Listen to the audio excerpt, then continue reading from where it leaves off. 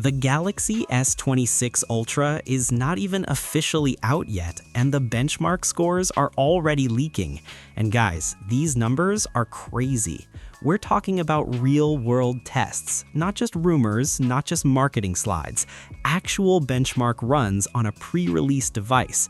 And this phone is powered by an overclocked Snapdragon 8 Elite Gen 5 for Galaxy.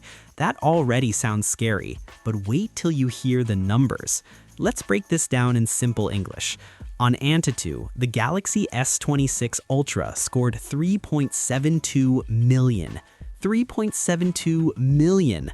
That is not a small jump. That is serious power. If you've been following flagship phones, you know anything above 3 million is already beast mode. 3.7 million, that's laptop level numbers for a phone. Now let's look at Geekbench 6.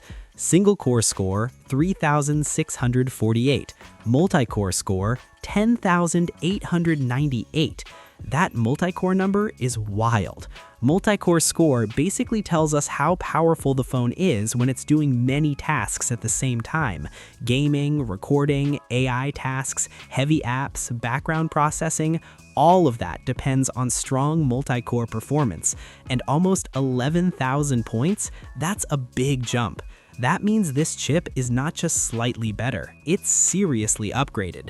Now, here's where things get interesting. 3D Mark Wildlife Extreme Stress Test. This test pushes the GPU hard, like really hard. It runs heavy graphics again and again to see how stable the phone stays under pressure. The S26 Ultra showed 53.2% stability. Now, let me explain that in simple terms. If stability is 100%, that means the phone keeps the same performance from start to finish. 53% means it starts super strong but then slows down as it heats up. And during testing, the phone reportedly reached 44 degrees Celsius. That's warm, not dangerous, but definitely hot. Now here's the comparison that makes this even interesting. The S25 Ultra was closer to 70% stability under similar tests, so the S25 Ultra was more stable, which means right now the S26 Ultra is more powerful at peak, but it drops more under stress. But before we panic, this is important. This is a pre-launch device. It's running non-final firmware. That means the software is not fully optimized yet. And if you followed Samsung launches before, you know this happens every year. Early Galaxy S24 and S25 units also showed uneven stability before launch. Then once the final software came out and updates rolled in, performance became much smoother and more stable. So this 53% stability number, it might not stay that way. It could improve a lot before release. And the official launch is expected on March 11th, so Samsung still has time. Now let's talk about what this really means for real users.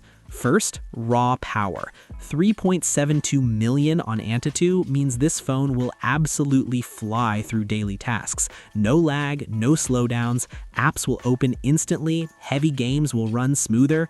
Second, CPU gains. The Geekbench multi-core score shows serious improvement over the S25 Ultra. That means better performance for editing, multitasking, AI features, and future Android updates. Third, GPU performance. Even with 53% stability, the peak performance is strong.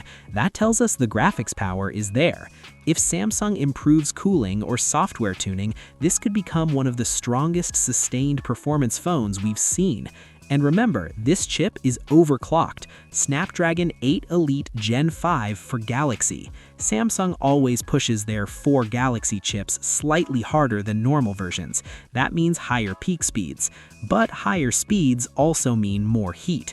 So now the big question is, will Samsung focus on peak numbers for marketing, or will they balance it for long gaming sessions? Because here's the thing, most people don't care about 5 minutes of crazy benchmark scores. scores. They care about 30 minutes of gaming without frame drops. They care about stable performance when recording 4K video. They care about smooth multitasking after 1 year of use. That's what matters.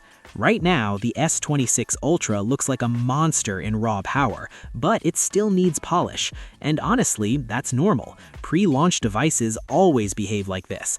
I actually find it exciting because it shows how far phone chips have come.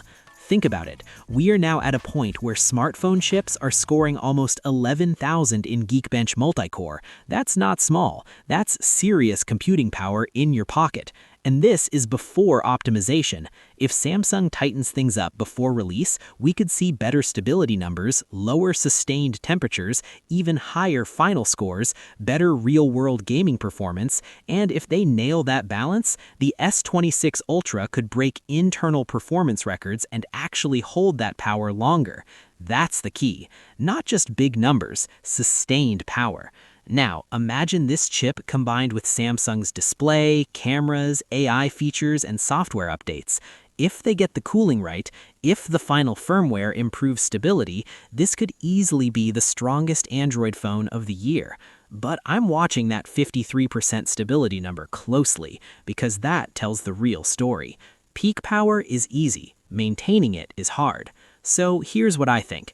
The S26 Ultra is showing huge potential. The CPU upgrade looks strong, the GPU peak looks powerful, the heat is manageable but needs tuning, and since this is pre-release software, I would not judge it too harshly yet.